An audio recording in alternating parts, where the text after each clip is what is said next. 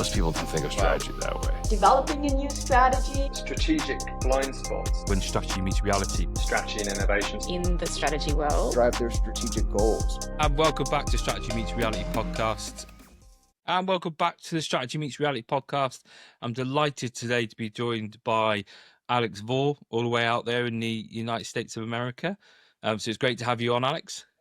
Great. It's super to be on. I really appreciate the opportunity to speak with you. Oh, no, it's a pleasure. When we connected and I saw your book, which hopefully you'll talk about in a moment, I thought it'd be a great opportunity to get you on. So just for our listeners, do you mind giving a bit of background about yourself and about a bit of context about what you've been up to lately? Sure. So I grew up in New England, where I actually am recording this from right now. I'm visiting my parents. They're still alive up here in New England, and so it's a little bit colder here in the States up at this part. But I went to the Naval Academy in the early 1980s. I was commissioned a Marine officer in 1988. I served for 25 years as a logistician for the Marine Corps, and I fought in Desert Storm, and I participated twice. I went to Iraq twice, once for the march to Baghdad, and then I commanded a unit in the Second Battle of Fallujah in November of 2004. I was there then and was there for the very first Iraqi elections in the winter of 2005. And then otherwise, I also got involved in a fair amount of disaster relief type operations, both in Puerto Rico following a big hurricane down there. I got involved in one big one in Haiti. The earthquake killed 250,000 folks down there. I was the J4 at U.S. Southern Command at the time, so responsible for running all the logistics. And disaster relief, if anything, is a logistics operation. That's what it really is all about, is trying to use the military capabilities to provide some rapid logistics to people who really need it badly and quickly. But what's a couple things that were interesting during my Marine Corps career, and you mentioned my book, and really it was when I was commissioned in the Marine Corps in the 1980s, we were going through a little bit of we were rethinking our doctrine to develop the maneuver warfare doctrine that we have today. Both the Marine Corps and the Army were in a really reflective time period. We were about 8 or 9 years out of our Vietnam experience. The Cold War was still on, and we had tremendous responsibilities. The Marine Corps knew we were going to have to fight NATO's northwest flank, and that we were going to have to fight outnumbered and win. So we needed to figure out what we wanted to do. And so it was really an interesting experience as the Marine Corps went through this entire new, doctrinal development. And the book I wrote about John Boyd Zoodaloop is John Boyd was a big influence. He's what I would call one of the few modern day military theorists, and he was a huge influence on the development of that. But I retired from the Marine Corps in 2013, and I've had about 3 or 4, 4 commercial positions. I started with the Florida East Coast Railroad, and I got involved in the energy business there because they were converting their locomotives to liquid natural gas. And currently, I'm the president of a startup in Houston called OneLNG, and we're looking to build small-scale domestic liquefiers in the United States and perhaps abroad to establish virtual pipelines for people who need natural gas where there's no pipeline access. Well, it's quite a history there. A few things really stood out to me. I'm going to probably bastardize the quote now, but I forgot who said it, but they said that amateurs talk tactics and professionals talk logistics. That's true. Yeah. And I think, I don't know who said it now. That's amazing. I mean, if you look at just what we're doing today in Iran, I mean, we're projecting power. The U.S. is projecting power and sustaining forces halfway around the world in order to have this sustained campaign against Iran. And you don't do that without logistics. No. In the early 1980s, the Falklands War occurred, and that again was an enormous logistics effort to try to bring the troops and the warships and the aircraft and all that stuff to bear that far away. And so you have to be able to project combat power, and you have to be able to sustain it. And that requires logistics. And the U.S. right now has tremendous capabilities in that regard. So it was interesting. I think, and you need logistics in every single unit. I've served with infantry battalions, light armored reconnaissance battalions. I've served in marine logistics groups, which are basically kind of an echelon above, providing logistics to all of the Marine Air Ground Task Force. And I've served with headquarters elements. I also was fortunate enough to get heavily involved in the Marine Corps' educational programs. And I was able to attend a second-year program. After our intermediate level school, Command and Staff College, I was able to attend the School of Advanced Warfighting. And then I came back. I was a deputy director for a year and then the director of that school as well. And that's an interesting course. We've had some Royal Marines that have served with us in that course. And we take a look at history from the American Revolution all the way through the current time, and we would look at it from a case study perspective. Clausewitz and Scharnhorst worked during the reinvigoration of the Prussian military after they were badly beaten by Napoleon, and they came up with the idea that, there's two ways to learn. You can either gain experience by doing, or you can gain experience vicariously through case study. And most of the time, those of us who serve in the military, hopefully we're not at war all the time. And so it's difficult to gain actual experience. So the case study approach, where you try to put yourself in the shoes of the commander on the ground and understand the decision-making that was made, given the information he had at the time, is a great way to learn vicariously. Yeah, that's the approach that von Moltke carried on and adopted with his generals to really hone mission command. So giving them that, absolutely, putting that confidence through that. Your book, it's called Speed Kills: Leveraging John Boyd's OODA Loop to Build Organizations That Win. What are the key things do you think that, because you said speed kills, that's really interesting. So, because normally when people wrongly think about OODA Loop, they think it's just about speed and that's it. That's but right. You've got speed kills. So what do you mean by that in an organizational context? Well, that particular phrase is actually, that's what General Mattis said following the march to Baghdad. Yeah. Yes, absolutely. And my role in that particular campaign was I was actually doing some battlefield observations, but I was doing it as an embedded observer working on one of the staffs. So I had the position of really being in the know because I was working on the plans that we were executing every day. But I also was a little bit detached and looking at it from the outside because I was also doing combat observer work for the Marine Corps Combat Development Command.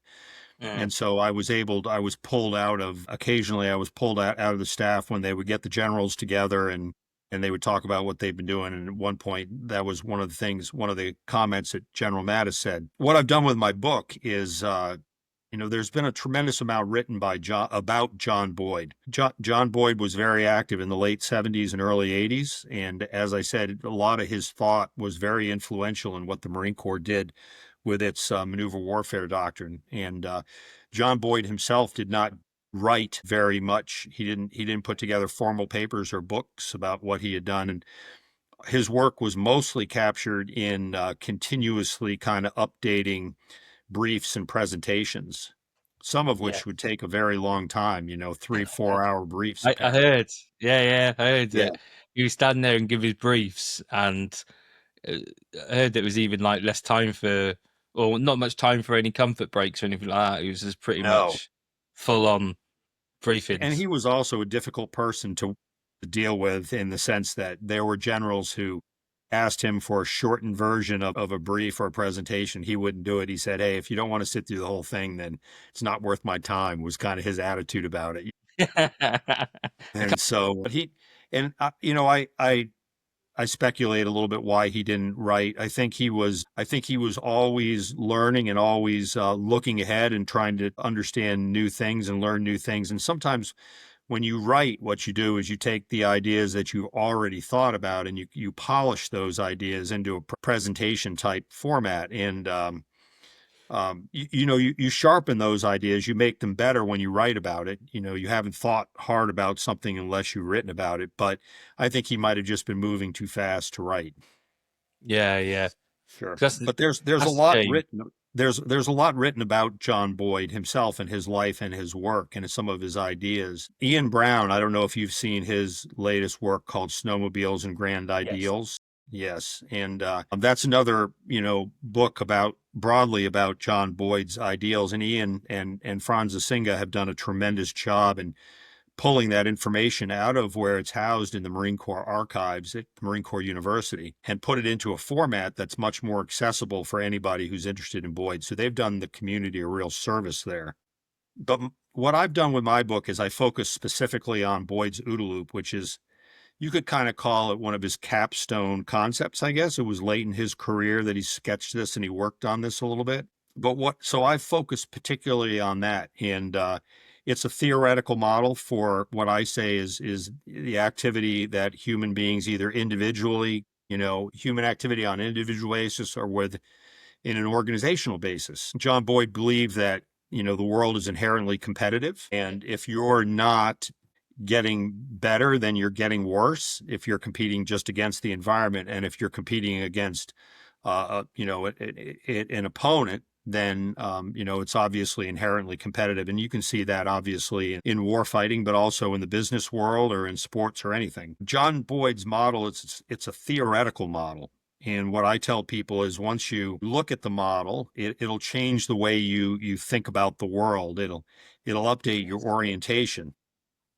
And you'll find yourself laying that model across situations, case studies that you see, and it'll help you understand what's going on there. Yeah.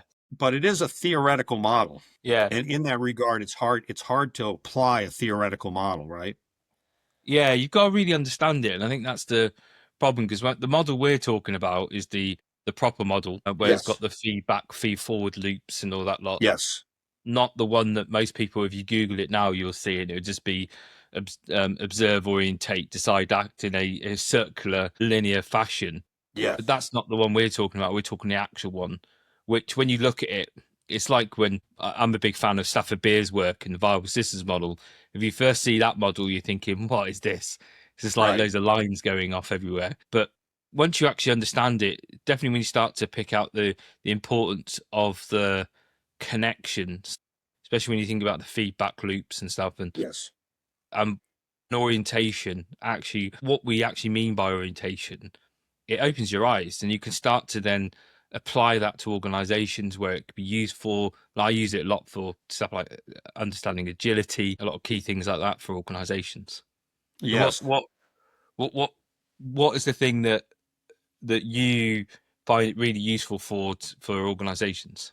Well, what I've done with the OODA loop is one of the elements, the 5 elements of orientation that Boyd said shapes the way we look at the world. One of them is analysis and synthesis. So when you analyze and synthesize something, it's actually kind of a linear construct that you might think about with complicated systems, but not complex. And what I mean by that is analysis is breaking a system down into its component parts and understanding each component and then resynthesizing. And by doing so, you kind of understand the way the system works.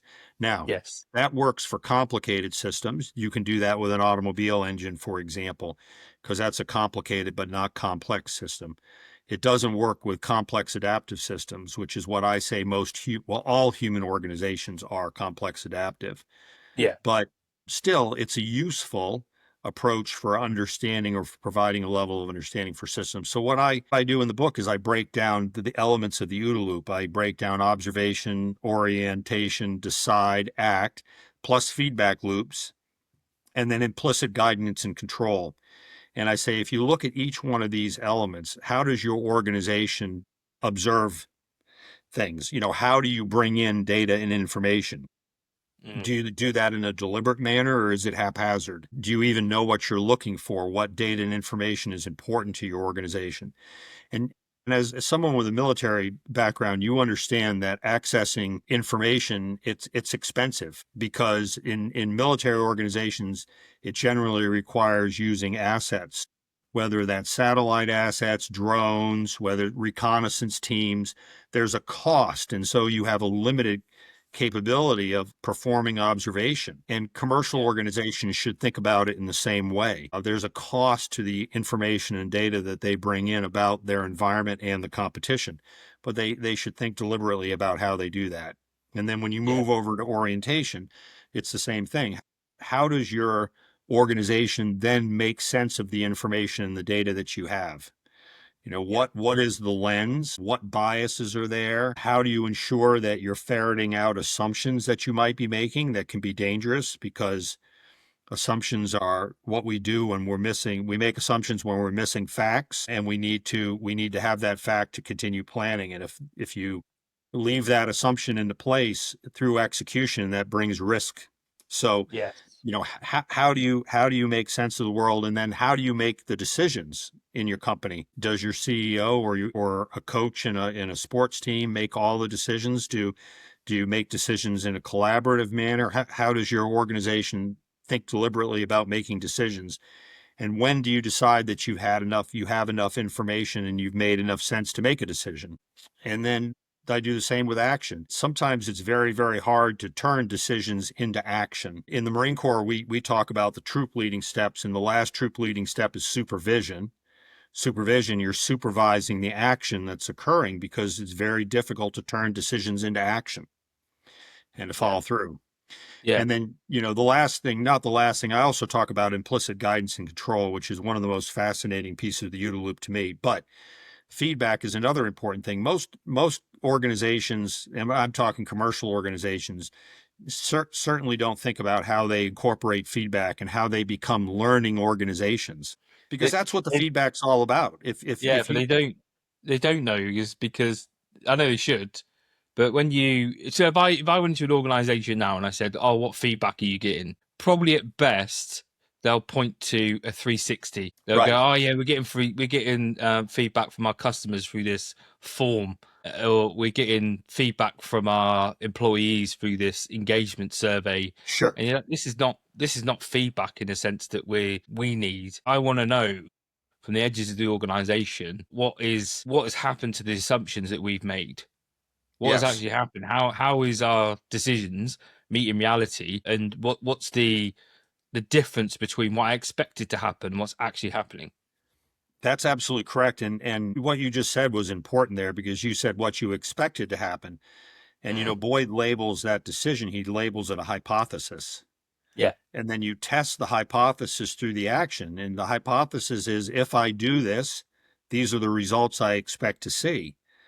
And if you don't, then you have to change the observations that you're making, the information that you're looking for, and you also have to change the way you look at the world. You have to change your orientation. Because if you don't do that, then your decision, you want to get so that your hypothesis become more and more accurate as time goes by, as you cycle through the OODA loop. Yeah. What I say is, you want to shrink the gap between reality and perception. Yeah. Your orientation is your perception, and reality is what is truth. And you want to continue to shrink that gap. Yeah, I want to minimize the surprise. Yes. I think too many organizations are surprised, because even going back to what you're talking about, observation. So, this is interesting, because if I go and say to people, well, what are we looking at? Like, what are we actually looking at? And I'll probably get fragments. I'll get fragments from the leadership, and none will be wrong, but there will be fragments, and it'd be fragments from their perspectives. There isn't much found other than, a few Power BI boards, but there is no sort of understanding of terrain. Like what is the external environment that we're looking in, and how have we modeled that in a way that we can have something to observe? Because I've done this with some clients where we model it, but we know that first model, coming back to our idea of surprise or closing that gap or making it smaller, is that we'll model it, but that won't be a perfect model, because it's going to be incomplete. Yes. It'll be incomplete for information, but at least we know essentially what we don't know. So we go, this is our assumption that these are doing this stuff. Okay, cool. Let's go find out. Right. That team, go find out about this about these sets of competitors or clients or suppliers. And that information comes back and it makes it richer. So over time, this model you're using to observe, and I'm not necessarily saying it has to be a physical model, but anyway, which way it works. But over time, that gets more detailed, more real. Yeah, which then improves your orientation, because you're synthesizing richer data to then improve your decision making. Yes, when you say that, we talked about how companies don't. I mean, they don't even. If you sat them down and said what data and information is important to you, what's the biggest opportunity that an organization might look for in either the environment or with the competition? Almost doing a little bit of a kind of a SWOT analysis on it, um, and look for opportunities, look for threats, look for weaknesses, look for strengths. The strengths are obviously understanding yourselves. The weaknesses are understanding yourselves, and the opportunities and threats you're looking external to the organization. And just spending a little bit of time talking about that, and that refines, what information is important to you and what you need to be looking for is a good exercise, but most organizations don't do that. No, and I think that really important thing around, I would say you must start with reality, because too many people look at aspiration. I would love to do this, or would love to be this. So they look through that lens rather than what you highlighted there is about understanding ourselves, our organization. So Yes. what are we actually capable of? What is our strength? Because that then makes sense of the external environment around what is actually an opportunity or threat. Because you can look at something and you could think, context free, that's a threat, or but actually to our organization, that's not really a threat to us because we've got the capability to can handle it.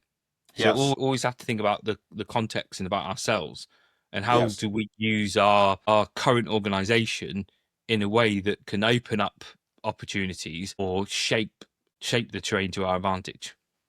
Well, you can you can look.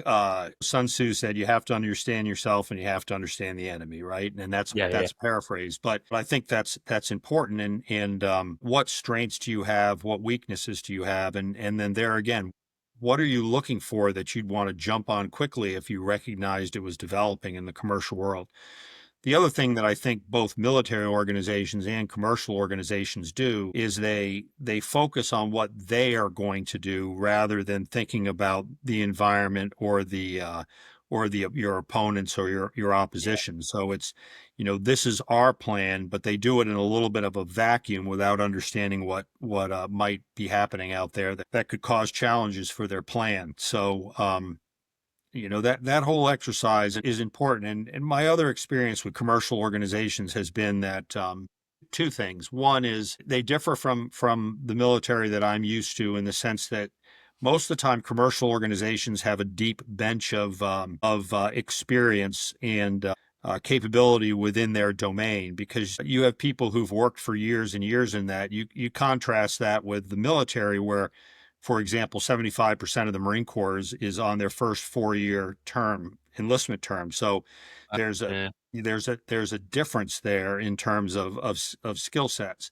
The other thing I found in commercial organizations is there's a real hesitancy to try to do any planning. And if planning is done, it's not done the way you and I would think about it. The planning is done where they're just trying to make revenue projections and then do some reverse engineering back to what they're going to do to meet those revenue goals that they've set for themselves. Yeah. But that isn't really planning the way you and I think about it, right? No, they won't slow down to speed up. And I suppose when you think about, definitely your title being really apt for this, Speed Kills, is that they often see planning as a cumbersome activity that takes time, that's going to slow themselves down. Well, really, Yes. you're thinking, actually, if you could take that time up front like we do, the plan. It's like I forgot the general's name now. Before they went into Venezuela, he said that, his last part of his speech that he gave, he said, we rehearsed, we adapted, we learned, and or something. He said this thing, and it was all about that planning. Yes. And it was all about, actually, we weren't there to get it right. We were there to understand how to adapt when it doesn't Yes. work. And That's that's the 100% thing. right. Yeah. And I think that's Yeah. the thing that where they avoid the planning and they go through this Yes. very linear thing that this is going to happen. And it Right. even comes back to what we were talking about there about surprise. Actually, you're going to get surprised. If you don't do the planning, you're going to get surprised and then you're going to get stuck. And then you're going to spend more time trying to figure out how you're going to recover from this point. Where the Yes. planning gives you that ability to execute. And then when it doesn't go right and you do get those surprises, it doesn't stop. It carries on. They just adapt and they move on That's to the right. aim. Your plan, in my world, the things that are most important about planning obviously are developing, your what it is that you want to do, your goal, and identifying that. And you and I both know that that takes more effort than most people would think. When you sit down with a organization and really talk about, hey, where do we want to be next year? What do we want to look like? What is our goal? If you develop that goal right, then that goal will endure through the chaos in between. You've decided that's what you want to be or where you want to go. And then the other part about it is exactly what you said. It's what you learn about your environment and about the competition during planning that then allows you to adjust when changes need to be made. They inevitably will need to be made because, as you said, nothing is linear. No. And And so that's there's, what it's all about. yeah. And you brought up a really good point earlier around how I think we're guilty, or definitely civilian organisations are guilty of seeing the external environment as an unintelligent, static beast. Yes. But as you said earlier, we're in a complex adaptive system, and that when we do observe, orientate, decide, and we act, that the action that we take will potentially emerge something that is useful or not useful to the fact that all these actors, be it competitors, be it customers, be it suppliers, will react to what we've Yes. done. Hopefully, in a way that we want to, but Yes. inevitably not. And we have to prepare for that. Well, let's talk a little bit about, you mentioned earlier on that a lot of people kind of incorrectly think about the OODA loop in terms of just speed, and my title might even throw that off a little bit, right? But I borrow an idea from Annie Duke. I don't know if you're familiar with her or not. Annie No. Duke wrote 2 books. She for 10 years or maybe a little bit longer than that, she was a professional poker player. She'd been Right. working on an advanced degree, and she kind of ran out of, I think, motivation on putting her dissertation together. And her brother was playing professional poker, and she went to visit her brother, and she sat in, I guess, on some games and found out that she really enjoyed it and was good at it. So she wrote 2 books. One is called Thinking in Bets, and the other one's called Quit. And what she says is that the world is not like a chessboard. You'll hear people talk about strategy in terms of chess. She says it's like poker because poker has uncertainty associated with it, much more uncertainty. Chess is bounded. There's only a limited number of moves you can make on a chessboard, but poker is unbound and uncertain. And she says that good outcomes in poker and in anything else depend upon 3 factors. Either number 1 is you make correct decisions more often than not. And when I say correct, I'm not saying good or bad. I'm saying you make the right decision, the correct decision, given the information you have at the time. Yeah. The other way you can, and actually, this is mine, not so much Annie Duke's, but the other thing that you can do is you can move faster than your competition. And when you move faster than your competition, you and I recognize that as having served in the military before. Moving faster is basically you've seized the initiative. And as you said, the environment and your competitors are now reacting to you rather than you're driving the action. And sometimes you can create your own reality when that happens. And so you can either make more correct decisions, you can go faster than your competition, or you can just be lucky. Those 3 things. And you can make bad decisions and have good luck and have a good outcome. You can make bad decisions and do them fast and have a good outcome. And the opposite is the truth. Also, you can do everything right and have bad luck. Yeah. And that's the thing is like there is luck. And I had a guy called Lassie Johannes on here, and he was talking about a lot of times it's luck. It is. And that's cool. But understanding OODA loop, you could take advantage of luck if you're looking. Yes. If you're not looking, then often luck often gets missed in there. And I love the idea about moving faster, because there's the viability principle, which means you've got to be able to move as quick or go quicker than the external environment or competitors, or you cease to exist, which is key. That is true, but the speed, I talk about it as more as tempo, and it's relative tempo, and it has to be relevant as well. It can't just be speed for speed's sake that doesn't make any sense in the context of what you're doing. It has to be speed that is relevant and effective. And if you think about the OODA loop in terms of making correct decisions, really the OODA loop is also a model for the scientific method, where you make observations, you make sense of those observations, you develop a hypothesis, you test it, and you incorporate the feedback. And so, as you and I talked about earlier, it's an approach to making better and better decisions. The more you engage with the environment, the competition, and the more you learn about it, you make better and better decisions, so more and more correct decisions. And if you can move that decision cycle faster relative to your competitor, then they're reacting to you. Yes. It oftentimes, sports is always a great place to look at that. American football will have the no huddle offense, where the offense will call a play very quickly without taking the time to huddle up. They'll line up, they'll get set, and then the defense can't react to them. They don't pick up all of the right people that they need to defend against. Maybe the defense won't be able to be swapping players on and off the field quickly. They'll get caught with too many players on the field. They'll always be a step behind in their reaction. And when they find they're a step behind, it starts to get into their head. And you and I both know that, what's going on inside your head is more important than anything that's physically happening on the battlefield. And they'll begin to panic a little bit. And when they do, it makes them worse and worse, right? They fall even further and further behind. And so speed is important. Correct decisions are important. And sometimes, you just get lucky. Yeah. Well, if you look at that and just dissect that for a moment with organisations that fall foul of this. So Boyd talked about incestuous amplification a lot. So that internal inertia, but not just that, it's that echo chamber essentially we create. So if you think about the internal inertia, you got organisations that take forever to make a decision. Yes. I'm horrendous. I've just been in with an organisation, I won't say who, and the amount it took for a decision, it was quite a simple decision, was months. Yes. Months. And then the information they were using to make that decision was insular, only into the team. So no one had gone and actually really understood what the problem was on the ground.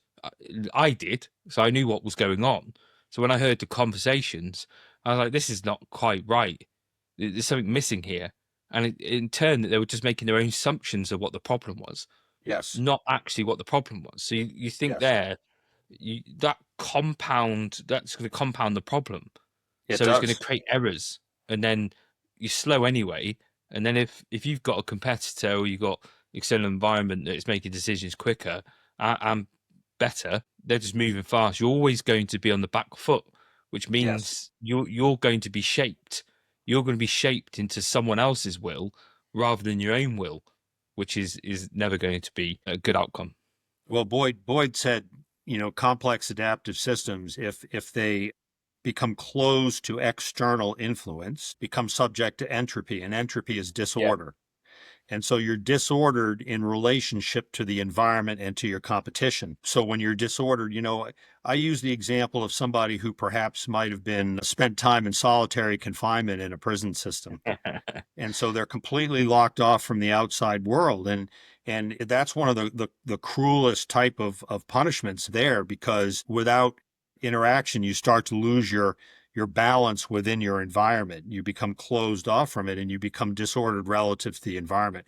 And organizations that have been around for a long time get the we've always done it this way approach. Yeah. they become inflexible in changing what they're doing as the environment adapts. And that's part of what you always see in kind of the creation and destruction of companies. You get a company, a cycle it'll be a young and agile startup, and it'll be very tuned into the environment, flexible, able to move quickly, able to make decisions fast, able to move quickly. And then they get larger and larger and more bureaucratic, and more people who get into this "we've always done it this way" syndrome. And pretty soon, something is changing in the environment, and the business world is going in a different direction within their domain, and they miss that. Yeah. And then some, young agile startup will come on and it'll just kick their butts, and Yeah. and they fall apart. It takes a long time though, because those big organizations have a lot of resources that they can expend before they collapse. So it takes a while sometimes. Sometimes it's spectacular, but sometimes it takes a while.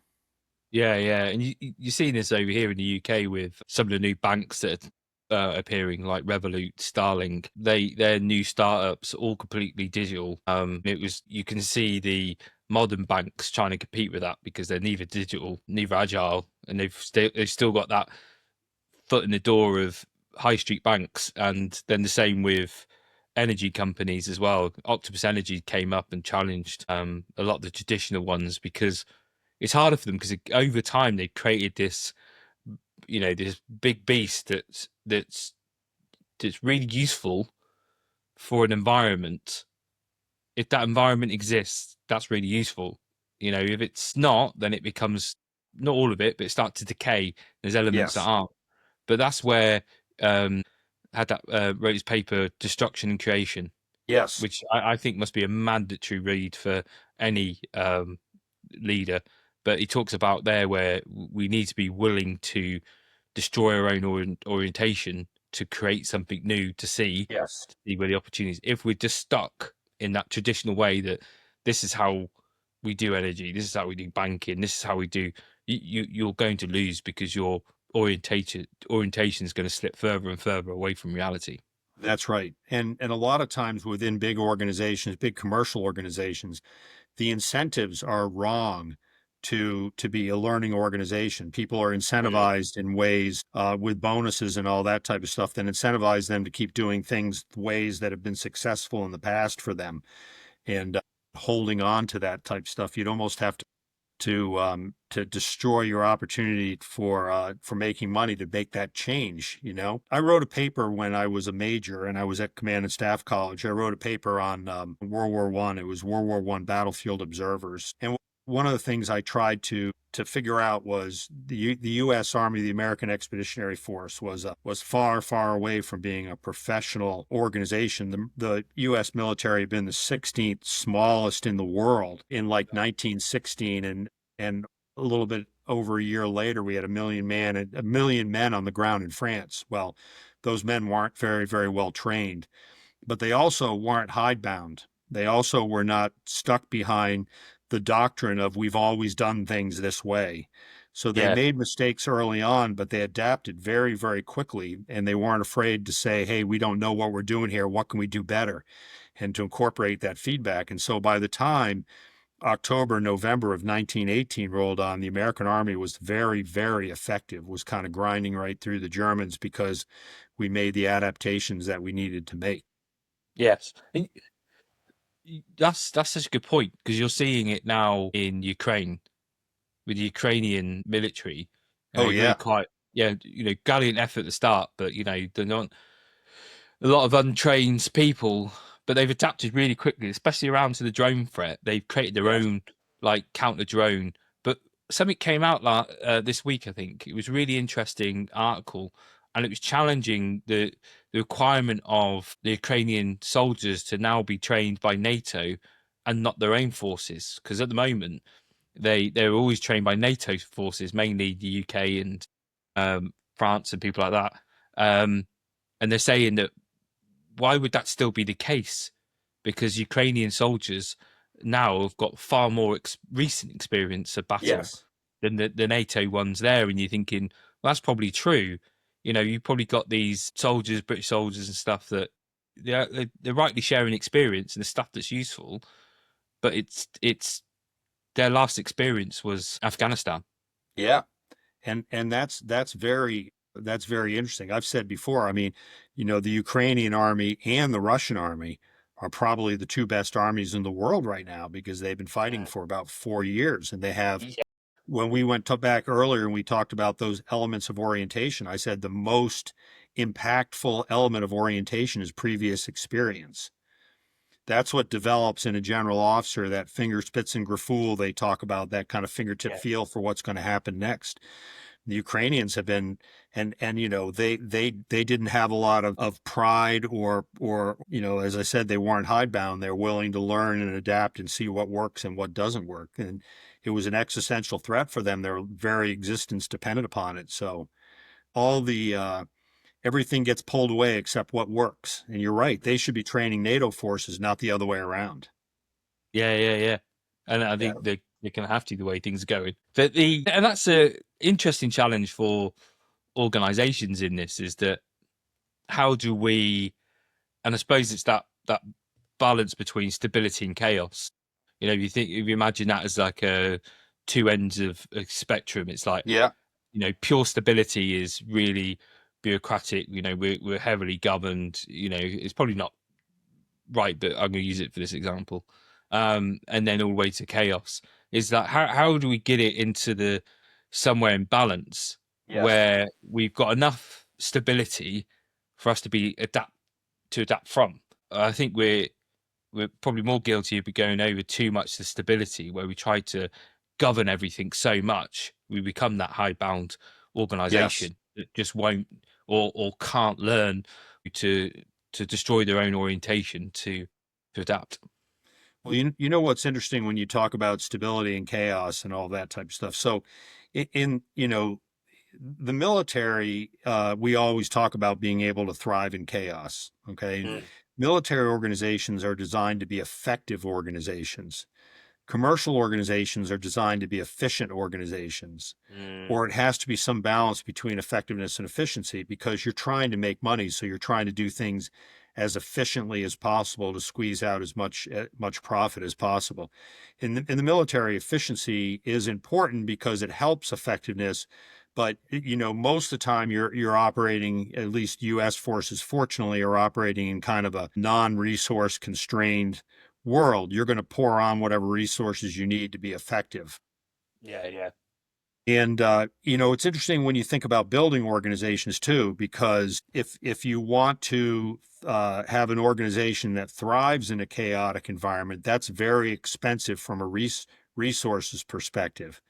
But if you make it an organization that's very, very efficient and is squeezing every dime out of everything that they're doing, they become very brittle and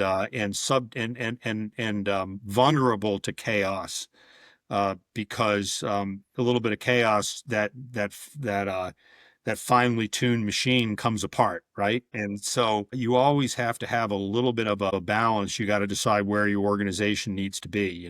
How efficient do you want to be, and how effective do you want to be, and how much do you want to insulate yourself from the shocks that your environment might bring?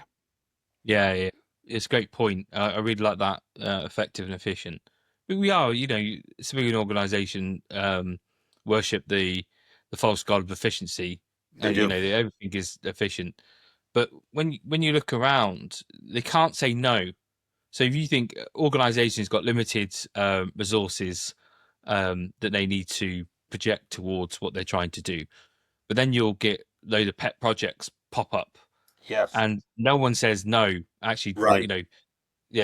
we do not have the resource for this, and that means they waste the resources and end up taking it away from where they need it. Yes. Well, and you Rather and than I saying both no. know, and in the military, the way we get around that is we designate something as the main effort in the goal. Yeah. And we resource that main effort, and they're trying to attain that goal, and they focus on that exclusively. They don't go chasing those little side opportunities and projects, because it's not.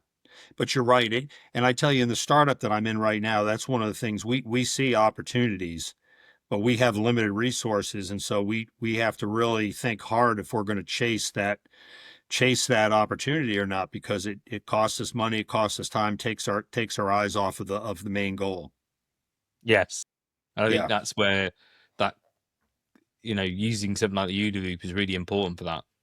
And it's keeping that observation and making sure that, your, I suppose, the maintenance of that aim, is this the right aim that we should be aiming for Right. with the changing circumstances? But then you can't spread yourself too thin. You start spreading yourself too thin, trying to chase after everything, you will break. And I suppose that comes back to your point around Anne and Duke, which, you've got to take the bets. Yes. And you've Yeah. got to see it through. Most professional poker players actually play very, very few hands. And so you have to know which ones to chase and which ones not to chase. And that's her second book's called Quit. When in our society, we value tenacity. We value people who follow through and who persevere. And she says sometimes you have to know when to quit. You have to know when to stop following through and persevering. You need to know when you need to pour your resources in a different direction. And she had that experience, obviously, in her own life, where she walked away from being almost done with a doctoral degree because to go play poker. But she was kind of stuck in a rut. She wasn't doing well with it. She wasn't effective with it. So she quit doing that and went and did something else. But one of the things that's also an interesting concept in her book with both thinking and bets, and I think she talks about this a little bit in Quit as well, is that after she would play poker, she would sit down with this group of other poker players who were playing at the same time, and they would talk through how they played the game. And she would describe a hand that she had and how she played that hand.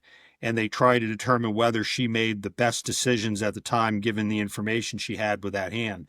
That's how they got better. It was after action. It was after action, what you and I would call after action reviews. And in terms of feedback and understanding what went well and what didn't go well, that's important. And then in terms of building plans or orientation on the front end, I know you also understand the term red teaming and fighting the plan before you actually put it into action to try to understand where things could go right and where they could go wrong. Yeah. And it's such useful skills. Like, when we're talking about this planning, this red teaming, and the after action reviews, they're so useful, such useful skills to really develop the thinking of the organization, the learning of the organization. But it frustrates me that they are not really utilized beyond a couple of domains. And a lot of times they're not in the commercial world because there's a lot of there's a zero defects mentality out there. And so there's nobody, a middle manager or a management type guy, who wants to stand up at a meeting afterwards after something went wrong and said, hey, I really screwed this up. It was all my fault. Because then when the hammer comes down, he said it was his fault, and they'll let you go, rather than trying to be a learning organization, understand that mistakes are going to happen. And as long as they're well-intended mistakes and nobody's done anything illegal, unethical, or immoral, then, you learn from those well-intended mistakes and you move on, right?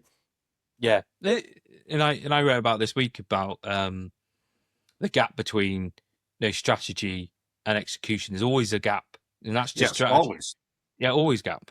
But coming to your point, in organizations, they never talk of a gap because that's failure.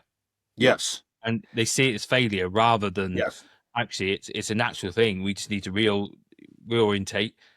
And we adapt with them. Yes, if the plan comes off the rails, if it doesn't follow that linear path that they laid out, they believe it's a failure. But what's really going to happen is it's going to be a meandering path from where you are now to where you want to be. And what everybody in the organization should be doing is nudging the organization towards that goal. And when I mean everybody, you and I mean, that means you have to share the plan all the way down at the lowest levels of your organization, what it is that you're trying to accomplish, to empower people through giving them the authority to make decisions so that they can nudge the organization in that direction. Yeah. And that's and how you have to make sure that they're incentivized to do so. The incentive structure has to line up with what you want to accomplish as well. Yeah. That's the whole organization there. And coming back to that point about Annie Duke again about quitting, actually sometimes with this strategy we start executing, we need to realize when maybe our hypothesis was wrong. Yes. and and we move to something else Yes. rather than this cost sunk fallacy that we just sort of carry on until we're forced to adapt by the environment. Yeah. And you have to have organizations where people can stand up and say, hey, I think what we're doing is wrong. Yeah. I think Yeah, we're yeah, heading yeah. the wrong direction, and you have to have organizations where you can have those real discussions. So And I think when you get to that point, you've got a clear learning organization when you've got people you that are do. willing to do that. Yeah, yeah. Oh, You mate, do. it's been absolutely fantastic to have you on. But before I let you go, what would you like to leave listeners to think about from this episode? So, let's circle back around to John Boyd's OODA loop. So, John Boyd's OODA loop, it's a theoretical model as we've talked about. So, and for that reason, theory is difficult to apply. There, we talked about a spectrum earlier. There's a spectrum between theory on one end and dogma on the other. And John Boyd's OODA loop is theory, but between dogma and theory, there's policies and procedures, tactics, techniques, and procedures, and then you move to doctrine and then finally dogma. And so the approach that I try to take is I try to have organizations that try to design to optimize their organization for each element of Boyd's OODA loop, and then think in terms of the theoretical model when applying it. But if you optimize how you make your observations, if you understand how you orient, how you make decisions and how you turn those into action and then incorporate feedback, if you think about deliberately how your organization does that and you can improve those things, you're just naturally going to get better over that OODA loop. Yeah, yeah, yeah. So I think that's kind of the biggest takeaway, if you will, from my book. That's kind of the foundational approach that I lay out for readers. Nah, that's fantastic. And I'll link your book in the show notes. That's So great. Speed Kills, leveraging John Boyd's OODA loop to build organizations that win. Recommend people read it. People on here always know I always talk about John Boyd, Bob Malta, Katzwitz, Yeah. other classics, Sun Tzu. Well, they do. Yeah, they are the classics, but the impact of their thoughts persists until today and is still relevant, certainly. Yeah, definitely is. Yeah. Honestly, it's fantastic to have you on, Alex, and I look forward to staying in touch with you. And for the listeners, hope you've enjoyed it. If you enjoyed it, please like and subscribe and share to your network so that people can get all the value from Alex's wisdom and to get to read his book. Thank you, Alex. Thanks, Mike. I appreciate this. I really enjoyed doing this. It's awesome to have you on. Love the conversation. Great.